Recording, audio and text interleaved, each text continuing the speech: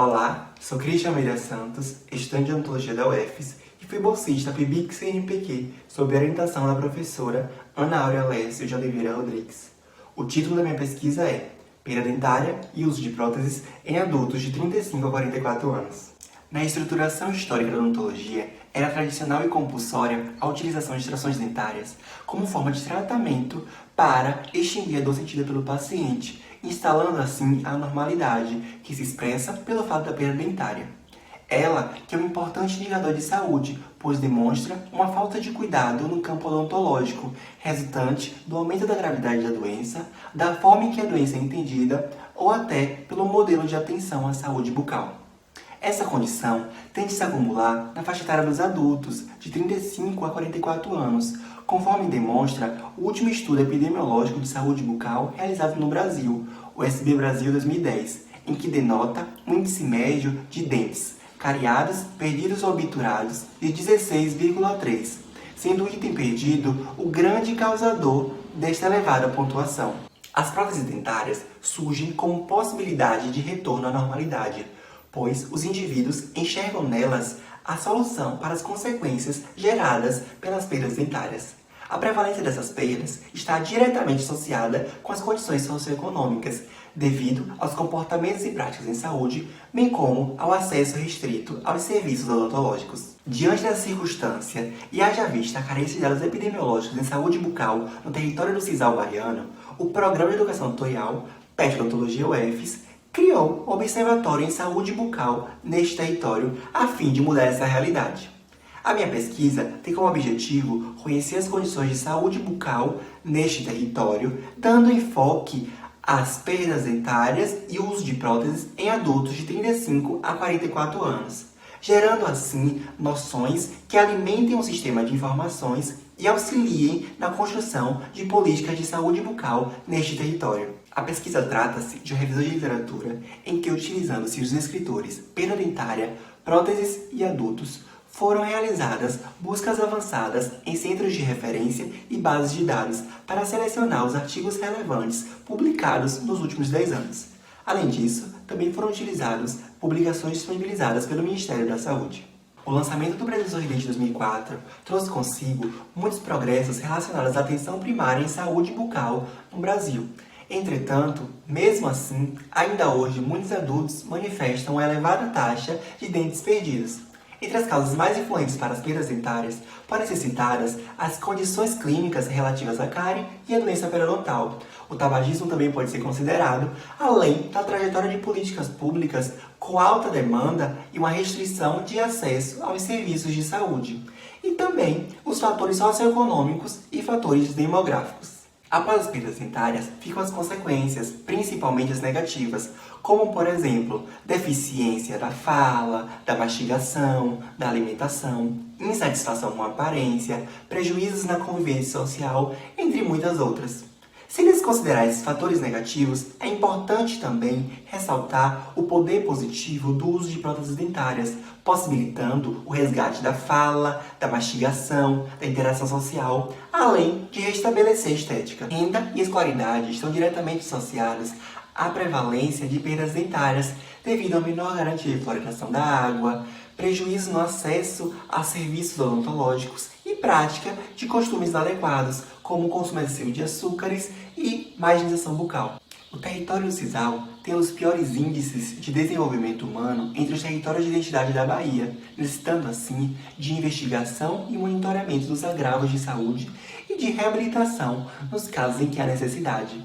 Diagnosticar as condições de saúde bucal, necessidade de tratamento da população e as presentes políticas de atenção à saúde são essenciais para promover mudança no cuidado, visando melhorias na saúde bucal de toda a população. Sendo assim, é de extrema importância que gestores em saúde e cirurgiões dentistas tenham bastante conhecimento acerca da prevalência de perdas dentárias e uso de próteses em adultos de 35 a 44 anos, levando em consideração o predomínio dessa condição em populações socioeconomicamente vulneráveis, e através disso possam construir políticas públicas que garantam uma saúde bucal coletiva de qualidade.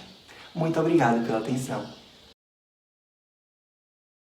Olá, eu sou Débora Souza, graduanda do curso de enfermagem da UFES e bolsista de iniciação científica pela CNPq.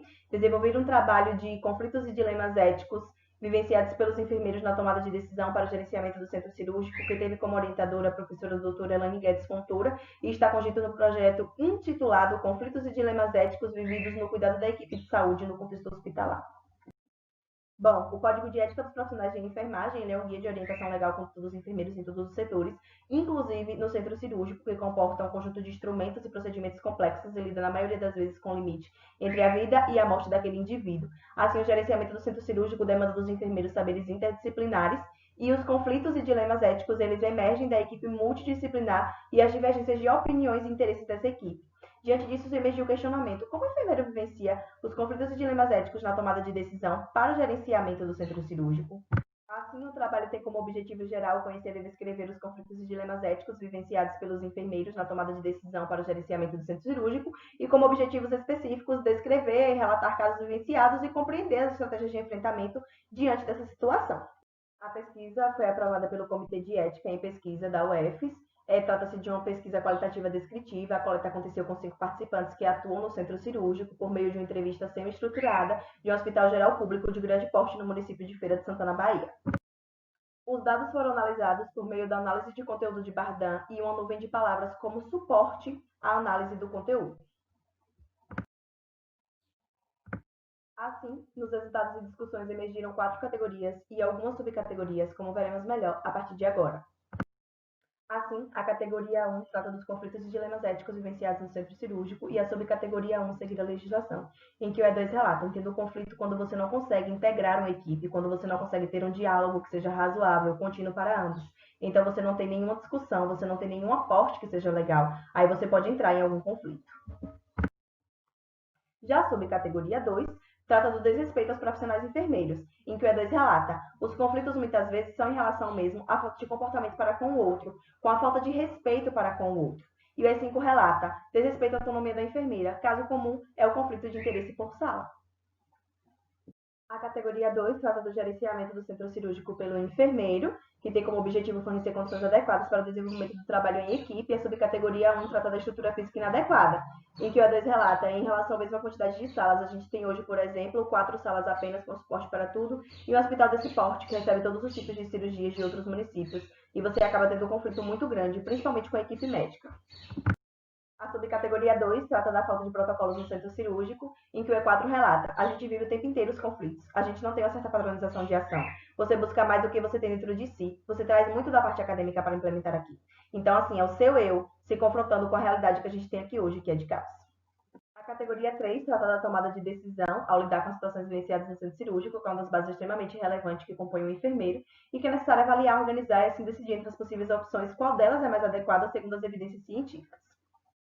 Assim, a subcategoria 1 é priorizando o paciente, em que o E3 relata: tentar ser a mais prudente possível e sempre levar em conta o risco de morte daquele paciente, priorizar casos mais graves, mesmo que concorra às orientações superiores.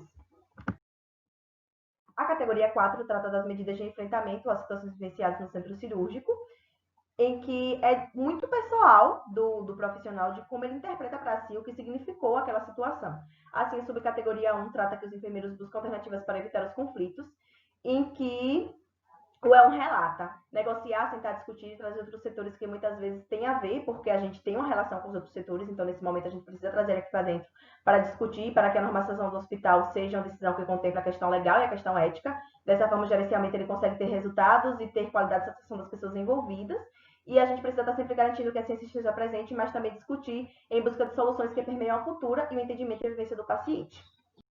A subcategoria 2 lida com a eclosão de conflitos, como os enfermeiros lidam. E o E2 relata: a gente muitas vezes tem que ser mais enérgico, tem que falar um pouco mais alto para se resolver isso na medida do possível. E o E4 relata: tem que impor determinada situação porque já traz do setor privado uma definição. As considerações finais é que as situações de conflitos e dilemas eles são constantes, eles se relacionam com os inúmeros agentes causadores nesse ambiente, que os enfermeiros eles também têm dificuldade de seguir uma legislação na ausência de um protocolo específico e que existe ambiguidade na percepção dos enfermeiros relacionada ao significado de dilema. E eles estão mais preparados para evitar um determinado conflito do que para lidar com este. Agradeço à Pró-Reitoria de Pesquisa de Pós-Graduação e o Conselho Nacional de Desenvolvimento Científico e Tecnológico. Obrigada. E aqui vão algumas referências. Olá, eu me chamo Denise Lima da Silva Brasileiro e sou relatora do trabalho Identidade Profissional da Enfermeira na Atenção Básica Saúde, que faz parte de um projeto maior intitulado Identidade Profissional da Enfermeira, Versões e Interpretações nos Diversos Cenários de Prática, institucionalizado pela Pró-Reitoria de Pesquisa e Pós-Graduação da Universidade Estadual de Feira de Santana, através do parecer 2.998/614, que tem o objetivo de analisar a identidade profissional da enfermeira nos diversos campos de prática, sendo eles 3 campos: o hospitalar, o pré-hospitalar e a atenção básica, que irei abordar aqui hoje. O trabalho tem como autores eu, Denise Lima da Silva Brasileiro, bolsista PIBIC-FAPESB, estudante do 4º semestre do curso de graduação em enfermagem pela Universidade Estadual de Feira de Santana, o professor doutor Deibson Borba de Almeida, orientador do trabalho, doutor em enfermagem pela Universidade Estadual de Feira de Santana, e Nívia Vanessa Carneiro dos Santos, participante do projeto, enfermeira pela Universidade Estadual de Feira de Santana e mestrando em enfermagem e saúde pela Universidade Federal da Bahia. A identidade profissional é entendida como algo processual, que está em constante construção, sendo marcada por fatores do presente e do passado, aliados às experiências adquiridas durante o exercício profissional no contexto que está inserido e à própria individualidade do sujeito. Esse trabalho tem como objetivo analisar a identidade profissional da enfermeira no cenário da atenção básica à saúde e ainda discutir sobre os determinantes do contexto e identificar elementos que norteiam a identidade profissional. Trata-se de uma pesquisa qualitativa e compreensivista em que foi utilizado o cenário da atenção básica do município de Riachão do Jacuípe, cidade do interior da Bahia, e os sujeitos foram enfermeiras que atuam na atenção básica do município. A coleta de dados foi realizada através de uma entrevista semi-estruturada, totalizando 9 entrevistas. A pré-análise dos dados ocorreu por meio do software NVivo 10, o qual gerou uma nuvem de palavras. E essa nuvem foi analisada através da análise de conteúdo na técnica de análise temática de Minayo, apoiado na teoria de hábitos e campos do sociólogo francês Pierre Bourdieu. Para Bourdieu, o hábitos é considerado um sistema de disposições duráveis e transponíveis que funcionam como estrutura, práticas e representações. Por isso, está atrelada à construção de si, do seu individual através das relações sociais, podendo ser definido como uma associação entre indivíduo e sociedade. Então, a partir da análise temática de Minayo e da teoria de hábitos e campos de Bourdieu, emergiram 3 categorias: representações de si, disposições incorporadas e sistema de práticas. As representações de si são caracterizadas através das interpretações que o indivíduo faz de si, da sua própria análise, atribuindo-lhe valores, podendo ser positivos ou negativos. As disposições incorporadas podem ser caracterizadas pelas ações individuais e coletivas que são estruturadas socialmente, sendo entendida como um sistema organizacional em que o indivíduo percebe o que está ao seu redor e as constantes interações e reage a isso. O sistema de prática se dá ao que o indivíduo observa sua prática, as suas funções e atribuições e age a partir disso. Se ajusta ao que é estipulado, podendo ter sido definido anteriormente ou desencadeados ao decorrer da prática. Como resultados, encontramos na categoria de representações de si, autonomia, gestão e liderança. Logo, são essas as interpretações que os sujeitos entrevistados fazem de si. Já em disposições incorporadas, encontra-se sobrecarga de trabalho e responsabilização excessiva, onde podemos notar que, apesar de toda a liderança percebida, ainda há visualização da enfermeira como faz tudo, gerando uma sobrecarga e responsabilidade, talvez fora do seu padrão normal de trabalho. E, por último, o sistema de práticas observou-se a atividade clínica individual e a normatividade da prática. Portanto, identificamos um sistema de disposições socialmente constituídas na identidade profissional da enfermeira, práticas e ideologias que implicam na desvalorização social e levam à invisibilidade do trabalho da enfermeira. Por isso, considera-se a necessidade de uma intervenção na formação em enfermagem, nos serviços de saúde e na sociedade civil para a transformação desta realidade identificada. Isso se justifica pelo fato da identidade profissional possuir implicações na qualidade do cuidado, serviços e saúde do trabalhador. Utilizamos como referência para esse slide Bourdieu 1983, Bourdieu nona edição 2008 e Queiroz 2015. Agradecemos às agências de fomento que contribuíram para a realização dessa pesquisa, a qual foi feita com o apoio da Fundação de Amparo à Pesquisa do Estado da Bahia, FAPESB, através da bolsa concedida a mim, Denise Lima da Silva Brasileiro, e também agradecemos à Coordenação de Aperfeiçoamento de Pessoal de Nível Superior, CAPES, bolsa de mestrado, concedida a Nívia Vanessa Carneiro dos Santos, pela Universidade Federal da Bahia. Obrigada.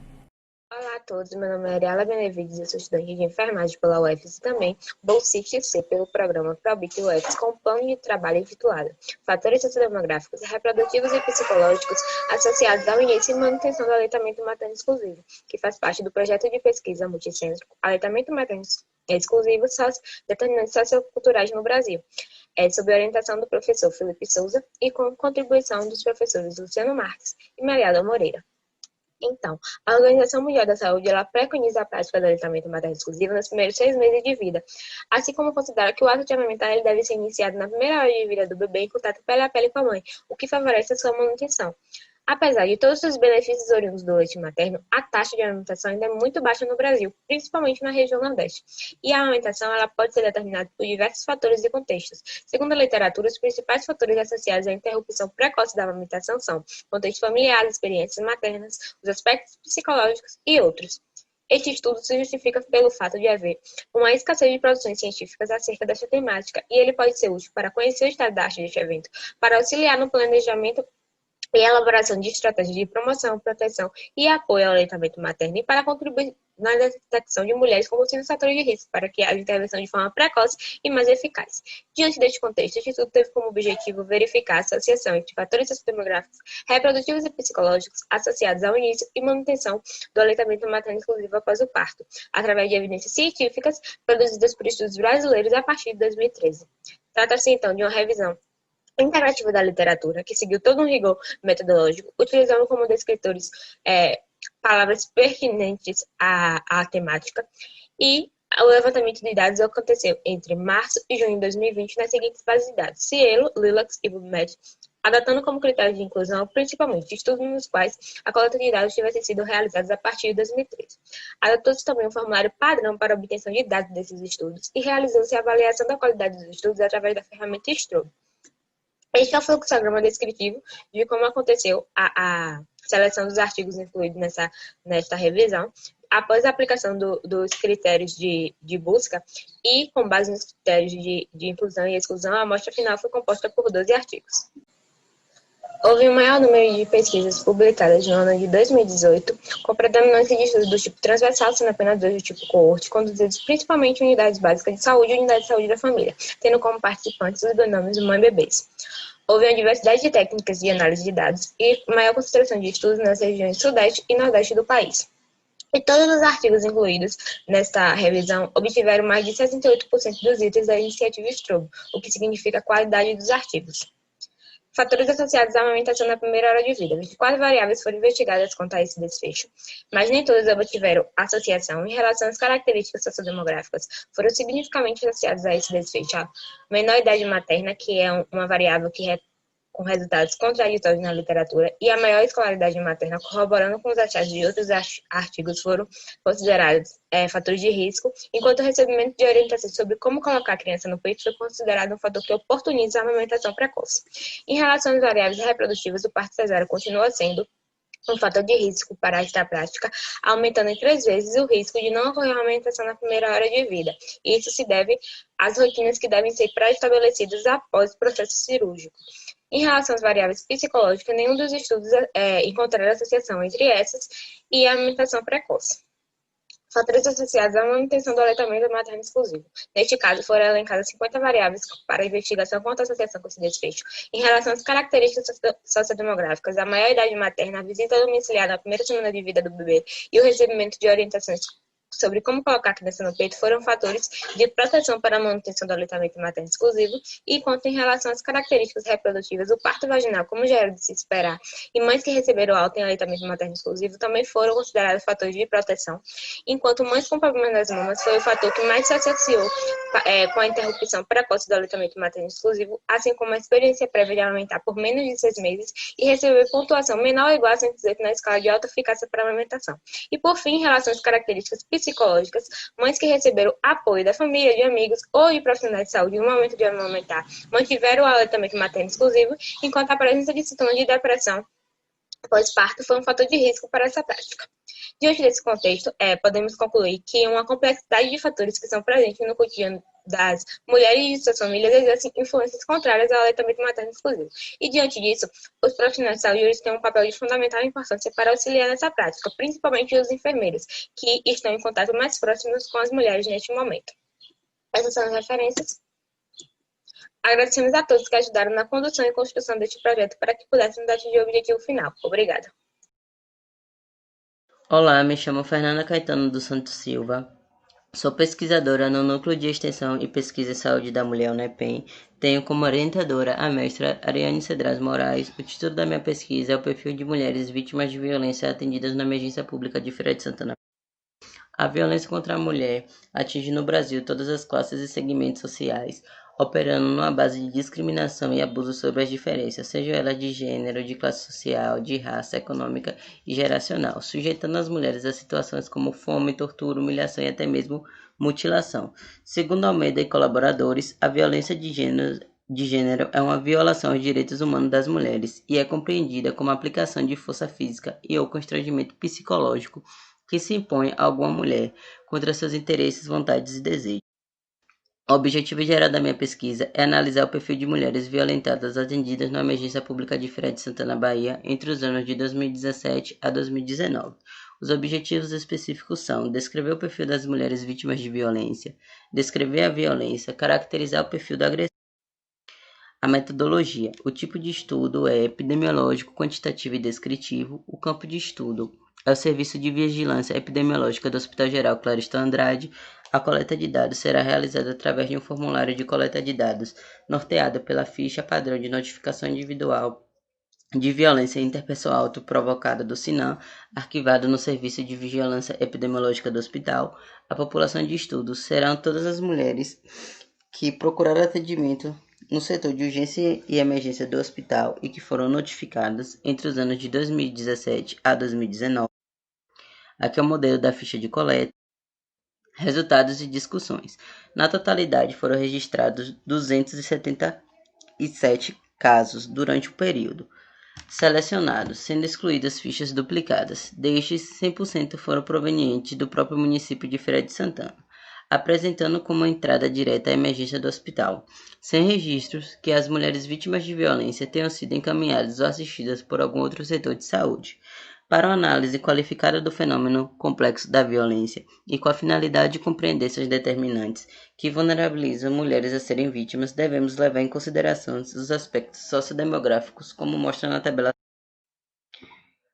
Houve uma concentração entre mulheres eminentemente jovens em idade reprodutiva, constituindo 30,2% dos casos entre mulheres entre 21 a 30 anos, seguidas de 28,7% dos casos entre mulheres entre 31 a 40 anos.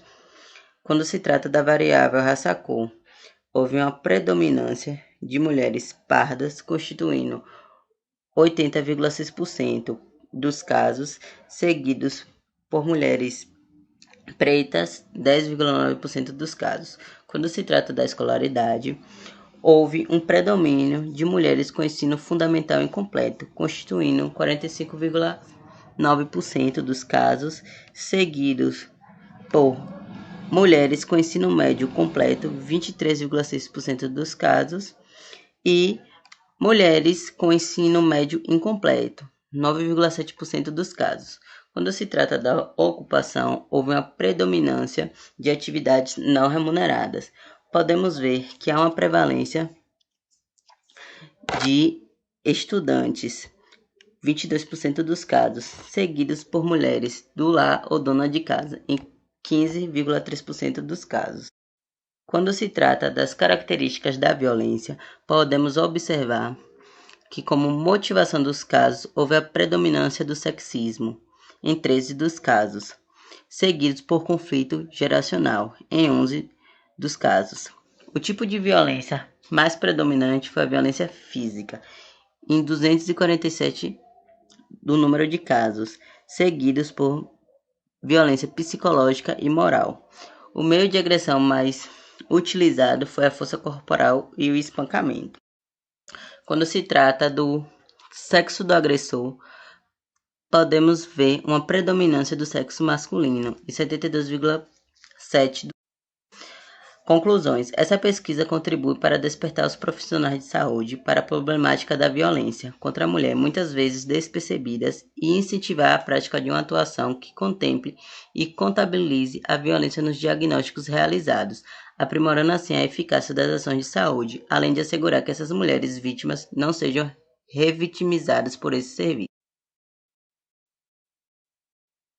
Olá, Esse trabalho é intitulado Avaliação do efeito do laser de baixa intensidade associado ou não ao enxerto ósseo de origem bovina na reparação óssea em calvária de ratos. É um estudo radiográfico histológico orientado pelo professor Dario, do Departamento de Saúde da UFES. O tecido ósseo é um tecido resistente e rígido, constituído por tecido conjuntivo especializado e por material intercelular calcificado. Apesar dessa rigidez, é comum a ocorrência de traumas que resultem em danos a esse tecido. Na odontologia, eles são oriundos de traumas cirúrgicos, acidentais, doença periodontal e diversos outros fatores. E, tratando-se de reconstrução desse tecido, existem dois fenômenos possíveis. O de reparo, que é a substituição daquele tecido perdido por um diferente do original, e a regeneração, que é a substituição por um tecido idêntico. Dependendo da extensão da perda tecidual, alguns defeitos podem necessitar de preenchimento utilizando um enxerto. O enxerto padrão ouro atualmente é o enxerto autógeno. No entanto, devido a problemas no sítio doador, tal como dor e infecções, têm sido bastante utilizados e estudados os xenoenxertos, que são aqueles oriundos de outras espécies, como por exemplo os bovinos e os suínos. O laser de baixa intensidade, ele também tem sido bastante utilizado devido à sua capacidade de aumento da atividade dos osteoblastos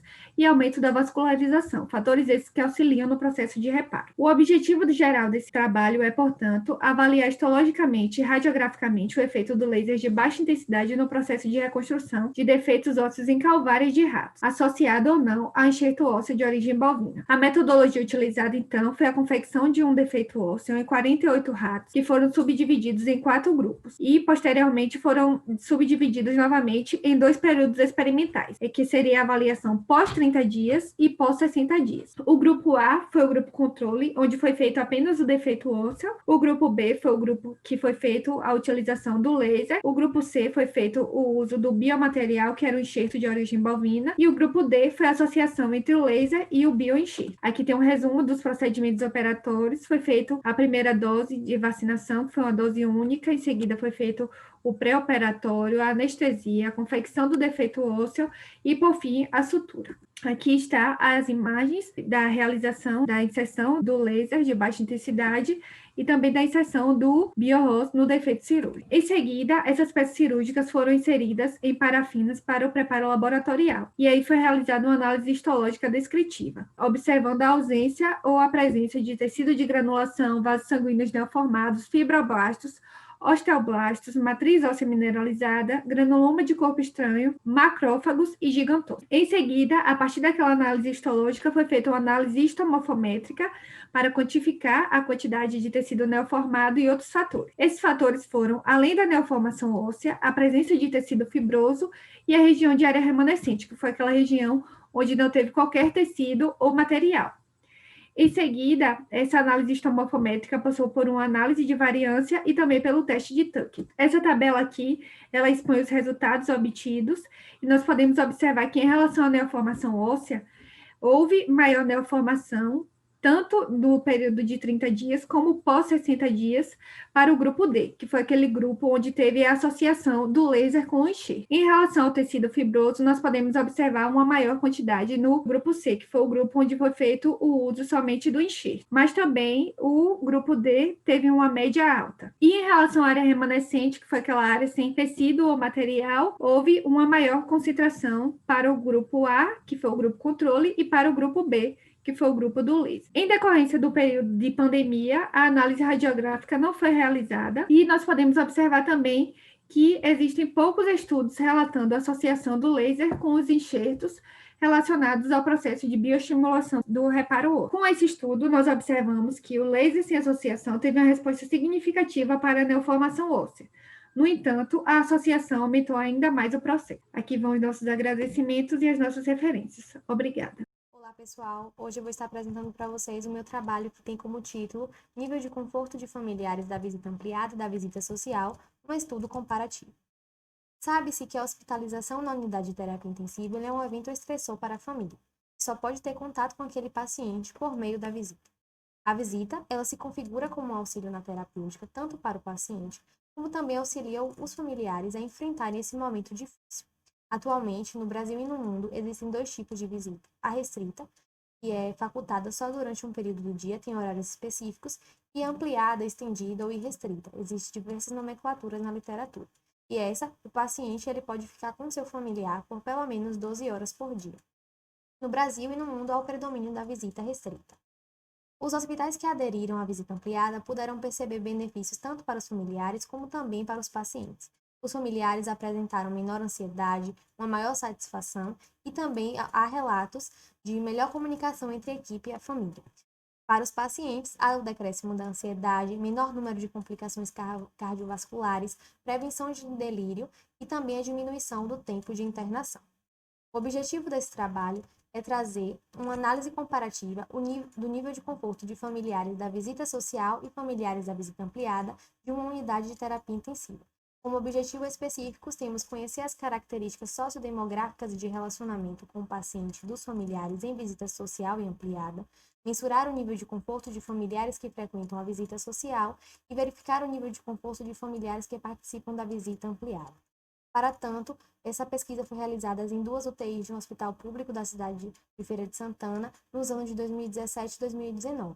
Esse hospital ele conta com 2 tipos de visita, a ampliada e a social, sendo que na ampliada os familiares ficam de 10 a 11 horas por dia, enquanto que na social é dividido por turno e em cada turno tem a duração de 1 hora. Os participantes foram 57 familiares, sendo 22 da ampliada e 35 da social. Como instrumento, tivemos a escala de conforto para familiares de pessoas em estado crítico de saúde, a ECONF, que foi aplicada por meio da entrevista. Para análise dos dados, nas variáveis categóricas, utilizou-se a estatística descritiva, para as quantitativas, as medidas descritivas de centralidade e dispersão, e os scores foram comparados por meio do teste T-Student, sendo calculados os scores gerais e os scores das dimensões, adotando, com significância estatística, o P menor que 0,05. Nos resultados, a gente pode ver que houve um predomínio de 43,9% da faixa etária de 31 a 43 anos. Já na relação ao sexo, o sexo feminino é que foi predominante, sendo todas as familiares da visita ampliada do sexo feminino, enquanto que na social houve participação dos homens, porém foi um número pequeno, apenas 40%. Em relação ao grau de parentesco, houve um predomínio em ambos os grupos dos filhos e dos irmãos, e a maioria dos familiares não residiam com o familiar interno. E ao observarmos os itens que sofreram diferença estatisticamente significativa, a gente vai ver que foram 8. Sendo receber todos os dias informações do médico, perceber que os profissionais não insistem para que você saia logo ao término da visita, receber explicações sobre o que vai acontecer com seu parente, ter uma conversa com alguém da equipe, perceber que o seu parente está reagindo bem ao tratamento, receber uma palavra de apoio da equipe durante a internação na UTI, ser permitido ficar na sala de espera da UTI fora do horário de visita e receber informações sobre o seu parente em qualquer horário. Então, foram itens que variaram entre saber o que está acontecendo com o paciente e, segundo Freitas, Menezes e Mussi, 2015, é algo muito importante para que os familiares possam elaborar aquela situação, diminuir aquele nível de angústia, de ansiedade, de preocupação. Além disso, também houve uma melhora da relação com a equipe, como a gente viu também na literatura. Então, os familiares da ampliada, eles possuem um maior vínculo, uma melhor comunicação com o pessoal da equipe, como Nunes e Oliveira, 2014, afirmam que as visitas restritas, eles acabam impedindo que se tenha uma relação efetiva entre os membros da família e a equipe, o que gera certo sentimento de abandono por parte deles. E a gente pode perceber também que os familiares da ampliada, eles possuem uma maior flexibilização das normas hospitalares, podendo ficar lá por um tempo maior, mesmo no final da visita. E aí, a gente conclui que a visita ampliada no contexto hospitalar se configura como uma estratégia para a promoção do conforto para todos os envolvidos no processo de internação, sobretudo para os familiares. Eu agradeço a participação.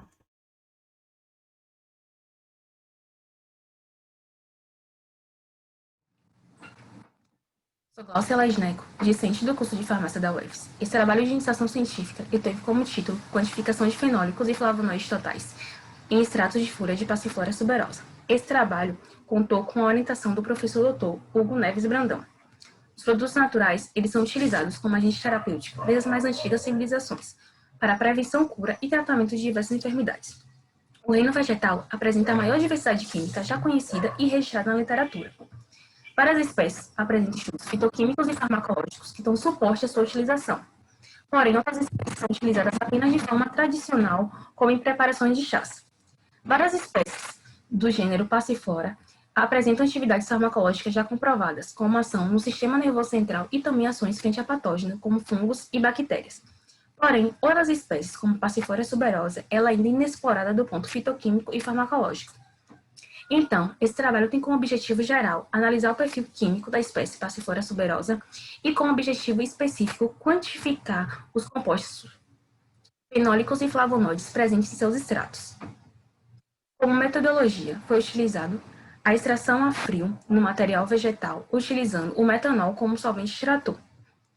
Foi utilizado o processo de partição líquido-líquido com os solventes clorofórmico, hexânico e acetato de etila para a obtenção de frações semi-purificadas. Obtendo, então, o extrato bruto e as frações semi-purificadas, foi realizado o teste colorimétrico. Para a avaliação dos fenólicos totais, foi utilizada a metodologia de Follen de GOG e colaboradores de 2005. E para a avaliação de flavonoides totais, foi utilizada a metodologia de Post-Tirati e colaboradores de 2009. Então, como resultado, a avaliação de fenólicos totais foi observada de forma majoritária no extrato acetato de etila. Isso pode ser justificado pela afinidade dos compostos fenólicos, que são compostos polares no extrato acetato de etila. Para a determinação de flavonoides totais, foi observada a presença desses compostos em extratos hexânico, cloroforme e acetato de etila, ou seja, em extratos de diferentes polaridades. Pode-se justificar a presença de flavonoides no extrato acetato de etila pela afinidade desse composto, que é um composto polar, pelo extrato acetato de etila, que apresenta característica polar. Porém, a literatura relata que os flavonoides eles podem ser encontrados de forma esterificados, metilados e não substituídos, e isso justifica a sua presença no extrato hexânico e cloroforme, pois os flavonoides, de forma esterificados, metilados e não substituídos, eles apresentam a menor polaridade. Em relação à quantificação, foi possível observar que o extrato cloroforme apresentou uma maior quantidade dos compostos flavonoides e os extratos hexânico e acetato de etila, eles não se diferiram estatisticamente. Como conclusão, os compostos fenólicos, em especial os flavonoides, entregam a composição química dos metabólitos secundários presentes nas espécies de Passiflora, sendo considerado o marcador quimiotaxonômico da espécie. Então, a espécie Passiflora tuberosa, ela apresenta um potencial químico e farmacológico a ser descoberto, pois os compostos fenólicos e flavonoides apresentam diversas atividades farmacológicas já comprovadas e registradas na literatura. Aqui foram as referências utilizadas para o desenvolvimento das atividades. Os agradecimentos à Universidade Estadual de Feira de Santana, à Pró-Reitoria de Pesquisa e Pós-Graduação e à Fundação de Amparo à Pesquisa do Estado da Bahia pelo apoio financeiro.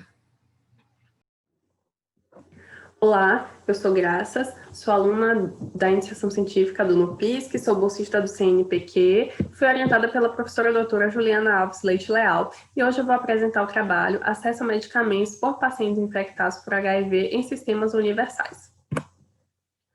O HIV é o vírus da imunodeficiência humana e ele infecta os linfócitos T CD4+, e provoca alterações qualitativas e quantitativas que deixam o indivíduo suscetível a infecções oportunistas, neoplasias, alterações neurológicas e ao desenvolvimento da síndrome da imunodeficiência adquirida, a AIDS.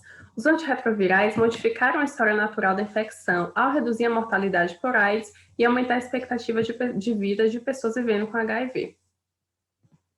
O presente estudo teve como objetivos analisar o acesso à assistência farmacêutica por usuários com HIV em sistemas universais de saúde, conhecer como ocorre o acesso aos medicamentos para os usuários com infecção por HIV em sistemas universais a partir das publicações científicas, comparar o acesso aos medicamentos aos usuários com infecção por HIV em sistemas universais do mundo.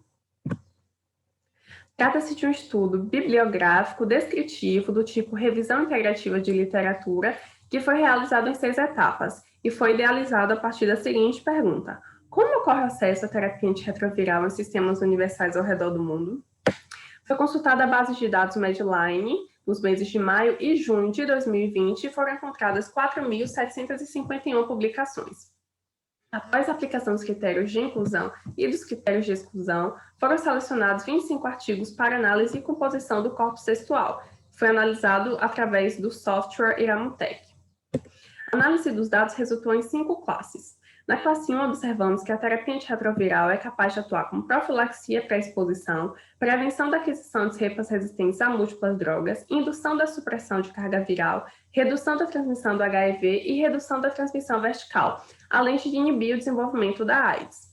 Na classe 2, observamos que as reduções de preços de medicamentos patenteados foram conquistadas através de negociações internacionais entre governos e empresas farmacêuticas e através também de estratégias como ameaças de licenciamento compulsório, o estabelecimento do acesso a medicamentos em contextos de pandemia como direito humano básico, o apoio da sociedade civil organizada, profissionais de saúde, ONGs e meios de comunicação nacionais e internacionais.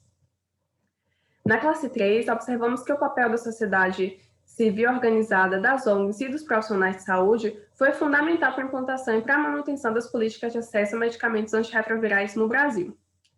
Na década de 90, os ativistas pressionaram o governo para ter acesso ao tratamento do HIV, tanto com argumentos éticos, como os direitos humanos, quanto com argumentos legais, que é a Constituição de 1988.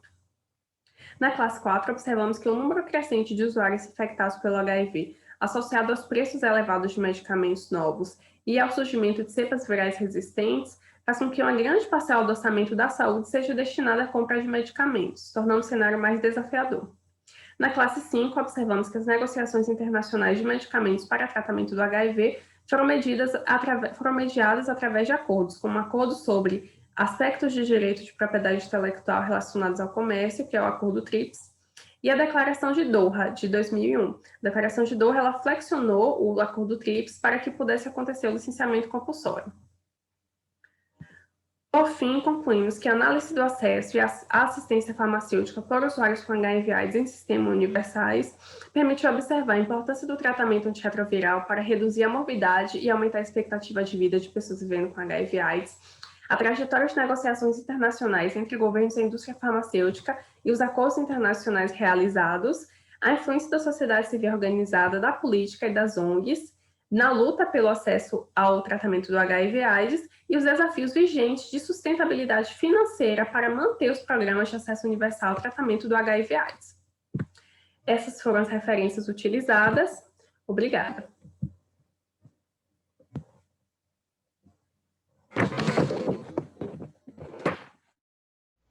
Olá, meu nome é Heloísa Ferreira Santos e irei apresentar minha pesquisa intitulada Fatores Sociodemográficos, Reprodutivos e Psicológicos associados à intenção materna de aumentar revisão integrativa. Este estudo está vinculado ao projeto multicêntrico Aleitamento Materno Exclusivo, Determinantes Socioculturais no Brasil. O plano de trabalho tratava-se de uma pesquisa epidemiológica, porém, por conta da pandemia decretada, não houve tempo hábil para a coleta de dados. E por conta disso, tivemos que reformular e realizar uma revisão integrativa. Tem como coordenadora do projeto multicêntrico Marialda Moreira Christopher, coordenador pesquisador ligado ao UFES, Luciano Marques dos Santos, e como orientação para esta pesquisa tem-se a professora Maria Cristina de Camargo Fonseca. O aleitamento materno é o primeiro passo para a construção de vínculo, proteção e desenvolvimento do contato mãe-filha, além de ter repercussões positivas no estado nutricional da criança. Porém, mesmo com tantos pontos positivos, as taxas de aleitamento materno exclusivo elas são consideradas preocupantes, principalmente quando comparado aos índices recomendados pela OMS. Os autores eles enumeram inúmeros fatores que podem contribuir para o desenvolvimento precoce, como aqueles relacionados à mãe, criança, ao ambiente, às condições de vida que aquela criança está vivendo, fazendo com que isso acarrete em baixa intenção das mães em pretender amamentar seus filhos. Como justificativa para esta revisão da literatura, por conta da evidência de baixos índices de aleitamento materno e a influência positiva da intenção materna de amamentar em relação à maior duração possível da alimentação infantil. A questão que foi investigada no estudo é quais fatores sociodemográficos, reprodutivos e psicológicos estão associados à intenção materna de amamentar no período gestacional. Com o objetivo desta revisão integrativa, analisar publicações científicas sobre os fatores sociodemográficos, reprodutivos e psicológicos associados à intenção materna de amamentar e discutir suas repercussões na manutenção da intenção materna de amamentar. Com relação à metodologia, o tipo de estudo, a revisão integrativa de literatura e o período de estudo de abril a junho de 2020 e as bases de dados utilizadas foram Cielo, Lilacs e PubMed. Como resultados, a busca na literatura ela resultou na identificação inicial de 428 artigos, dos quais apenas 7 atingiram aos critérios de elegibilidade proposto pelo estudo, sendo utilizado o fluxograma do Prisma nesta seleção. Este quadro sumariza os 7 artigos incluídos nesta revisão, sendo a maioria retirada da base do PubMed e sendo artigos de estudos transversais, apenas um qualitativo, uma revisão de literatura e outra coorte prospectiva. Este outro quadro sumariza os fatores sociodemográficos, reprodutivos e psicológicos associados à intenção materna de aumentar, que foram encontrados. Esses fatores eles foram categorizados em aqueles que estavam associados positivamente à IMA e aqueles que limitavam a intenção de amamentar. Com relação aos fatores, aqueles que foram associados positivamente à IMA foram idade, escolaridade da mãe, autonomia na profissão, estado civil de casada como fatores sociodemográficos, primiparidade como fator reprodutivo, experiência vivida durante a gestação, aconselhamento sobre a amamentação e apoio do cônjuge em família como apoio psicológico. Com relação aos fatores que limitavam a intenção materna de amamentar, tem-se a violência do parceiro, seja ela sexual, física ou psicológica, que foi abordado em um estudo, e o estresse, ansiedade, neuroticismo, ausência do companheiro, como fatores psicológicos, e multiparidade como um fator reprodutivo e gravidez indesejada, e como fator sociodemográfico, atividade remunerada, ser fumante e uso de fórmulas infantis. A idade foi um fator bastante discutido na análise dos estudos, encontrando nos estudos que a chance de pretender a amamentação por tempo igual ou maior a 24 meses era maior naquelas gestantes com idade entre 20 e 34 anos de idade, quando comparadas àquelas com idade inferior a 20 anos. Houve também maior chance de amamentar aquelas mães que possuem mais educação, sendo uma forte interferência no aleitamento materno. O estado civil de solteira colaborou também na maior probabilidade de pretender amamentar em uma duração inferior a 6 meses. Como conclusão, o conhecimento da associação entre fatores sociodemográficos, reprodutivos e psicológicos e a intenção materna de amamentar, ele pode contribuir para o planejamento de ações que visem a manutenção do aleitamento materno exclusivo até os 2 primeiros anos de vida. Como eu disse, observou-se que os fatores sociodemográficos, como ter maioridade, escolaridade, estado civil de casado e autonomia da profissão, eles foram protetores para que a mãe tenha acesso ao aleitamento materno. E os profissionais de saúde que atuam no pré-natal devem estar vigilantes no acompanhamento das múltiplas gestantes que apresentam ansiedade, estresse e depressão. Estes foram indicados como condições que dificultam a intenção materna de amamentar. Estas foram as referências utilizadas para a confecção deste slide. Obrigada a todos pela atenção. Agradeço àqueles que contribuíram para a realização deste estudo. Olá, meu nome é Erika Laís, eu sou bolsista PIBIC-FAPESP pela Universidade Estadual de Feira de Santana e hoje vou apresentar o trabalho intitulado Conhecimento de Pessoas com Infarto Agudo do Miocárdio sobre o processo de adoecimento e medidas para o conforto. O infarto do miocárdio é a morte celular de um segmento do músculo cardíaco que vai desencadear uma isquemia. Por ser um evento agudo, vai levar à ruptura da vida cotidiana desse indivíduo e gerar diversos desconfortos. Com isso, o conhecimento vai contribuir de forma significativa para a adesão ao tratamento desse indivíduo, visto que pode-se identificar fragilidades e o profissional de saúde pode atuar de maneira efetiva na educação e saúde. O objetivo, portanto, é descrever o conhecimento de pessoas com infarto agudo do miocárdio sobre o processo de adoecimento e medidas para o conforto. Como métodos, é um estudo descritivo, exploratório, com abordagem qualitativa, realizado em unidade de referência em cardiologia no interior da Bahia. Os participantes foram pessoas com diagnóstico de infarto, idade superior a 18 anos e que aceitaram participar livremente do estudo. A coleta de dados foi feita por meio de entrevistas semesturadas, os dados foram analisados por meio da análise de conteúdos de Bardan. E isso seguiu 3 etapas: a organização, a codificação e a categorização. Depois disso, as falas dos participantes foram comparadas com o que há na literatura científica. Os preceitos éticos foram observados nessa pesquisa e ela foi aprovada pelo Comitê de Ética e Pesquisa com Seres Humanos da UF sobre o parecer que encontra-se no slide. Bom, das falas dos participantes emergiram categorias e subcategorias. No conhecimento sobre o processo de adoecimento, foram elencadas, entre a primeira, sintomatologia e representatividade do infarto. Aqui, os participantes apresentaram como conhecimento sobre o infarto o que eles sentiram, o que os levou a chegar até o hospital. Então, eles trazem sintomas que são relatados na literatura científica, como, por exemplo, o entrevistado falou que sentiu dor no braço, do braço veio para o pescoço, do pescoço veio para o peito, aí tomou a respiração e eu fiquei sem conseguir respirar. Nós percebemos que, de maneira geral, que eles não veem a sintomatologia como uma causa do adoecimento cardíaco. Eles trazem a consequência do que eles sentiram em uma experiência individual. A segunda categoria foi elencada os diálogos referentes à ameaça à vida, compreendendo a gravidade da doença. Aqui eles trazem falas como do entrevistado D. O infarto é ruim, se infartar morre, dificilmente escapa. Então, são relacionados com a gravidade da doença, sendo o infarto um fator de grande morbidade, mortalidade e uma das principais causas de atendimento nos serviços de urgência e emergência.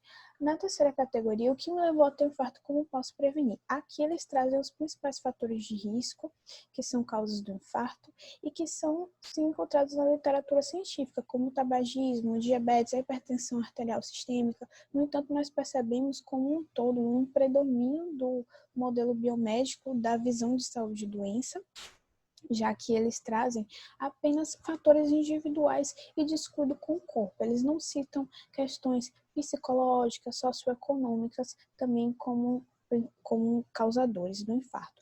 Dentro das medidas de conforto, na primeira subcategoria, no momento do infarto, conforto é ter assistência, que eles trazem a importância da assistência dos profissionais de saúde durante esse momento. No entanto, novamente percebemos o predomínio do modelo biomédico do conceito de saúde e doença, visto que eles não apontam aspectos importantes para o conforto, como questões psicológicas, espirituais, até mesmo a possível recuperação, possibilidade de voltar a fazer as suas coisas do seu dia a dia. Na busca individual pelo conforto, é que eles afirmam que conforto é não ter infarto novamente, ou seja, não passar por essa ruptura da vida cotidiana. Então, eles trazem elementos da prevenção secundária do infarto. Na quebra do conforto pela mudança do cotidiano, aqui são afirmados os medos de não conseguir voltar a fazer a sua rotina de vida da forma que era feita. Um entrevistador, por exemplo, fala que do ponto de vista dele, ele não pode mais trabalhar nas funções que ele trabalhava antes. E isso também é muito apontado pela literatura científica. Concluindo, foi possível descrever o conhecimento e identificar fragilidades existentes sobre o processo de adoecimento e medidas para o conforto de pessoas infartadas. Foram vistas limitações no conhecimento sobre adoecer e medidas para o conforto, então os objetivos foram alcançados. E lembrando que a educação em saúde possui importância significativa para a instituição de hábitos de vida saudáveis e os profissionais de saúde podem atuar trabalhando conceitos prévios e fragilizados para promover uma melhora do autocuidado desses pacientes. Essas foram as nossas referências. Obrigada.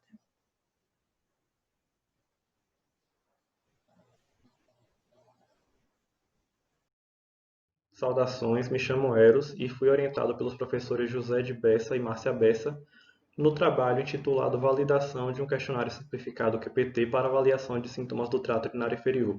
Os sintomas do trato urinário inferior atingem 60% dos homens acima de 40 anos. Sua etiologia mais comum é hiperplasia prostática benigna e são caracterizados, por exemplo, por urgência miccional, polaciúria, disúria ou dificuldade em esvaziar a bexiga, sintomas que reduzem a qualidade de vida do homem. Para a mensuração da gravidade desses sintomas, são utilizados questionários como o IPSS, International Prostate Symptom Score, considerado padrão ouro. Ele consiste em 7 questões com respostas hierárquicas para cada questão. Na tentativa de simplificar a avaliação dos sintomas do trato urinário inferior, tem-se proposto novos questionários, como o QPT, o Quick Prostate Test. Os objetivos desse estudo foram traduzir o QPT para o português brasileiro, validar suas propriedades e correlacionar seus achados com a urofluxometria em homens com sintomas do trato urinário inferior atendidos em Feira de Santana.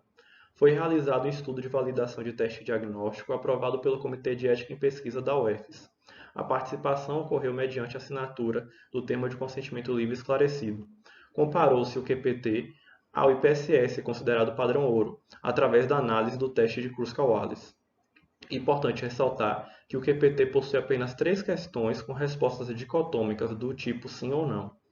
Participaram cerca de 166 homens adultos com mais de 40 anos no nosso estudo. Dentre os resultados do estudo, os participantes obtiveram pontuação mediana no IPSS de 6, com 37% da amostra sendo considerada detentora de sintomas moderados e 9% como detentora de sintomas graves. O QPT obteve acurácia de 81% em rastrear os casos de sintomas do trato urinário inferior moderados e graves apontados pelo IPSS.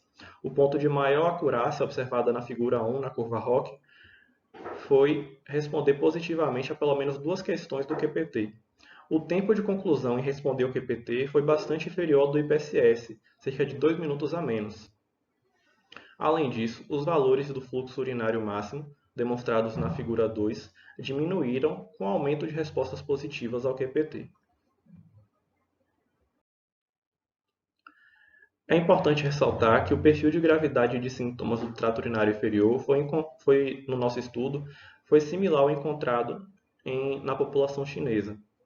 Já em estudo na Itália, cerca de 90% dos participantes com mais de 2 pontos no QPT também obteve scores de sintoma moderado ou superior no IPSS. Nesse mesmo estudo, 80% dos médicos generalistas obtiveram alta satisfação com o uso do QPT, apontando melhor administração do tempo e ressaltando sua simplicidade. No Brasil, importante ressaltar, o tempo de consulta médica na atenção primária varia de 5,5 a 8,3 minutos. Dessa forma, concluímos que o QPT é um questionário simples, rápido, auto-aplicável e de elevada acurácia para a detecção e rastreamento de sintomas do trato urinário inferior, de forma que ele se constitui uma alternativa viável para uso na atenção primária em cenários de poucos recursos e de população de baixa escolaridade. Aqui estão minhas referências. Confira o resumo completo usando o QR Code no canto superior direito acima. Muito obrigado pela atenção.